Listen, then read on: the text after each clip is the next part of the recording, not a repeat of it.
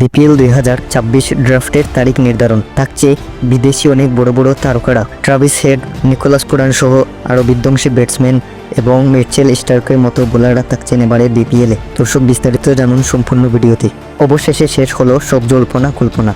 ঘোষণা করা হয়েছে বিপিএল 2026 ড্রাফটের তারিখ চূড়ান্তভাবে নির্ধারিত হয়েছে আগামী 17 নভেম্বর অনুষ্ঠিত হবে বিপিএল এর প্লেয়ার্স ড্রাফট। এবারের ড্রাফটে দেখা যেতে পারে বড় বড় বিদেশি তারকাদের নাম।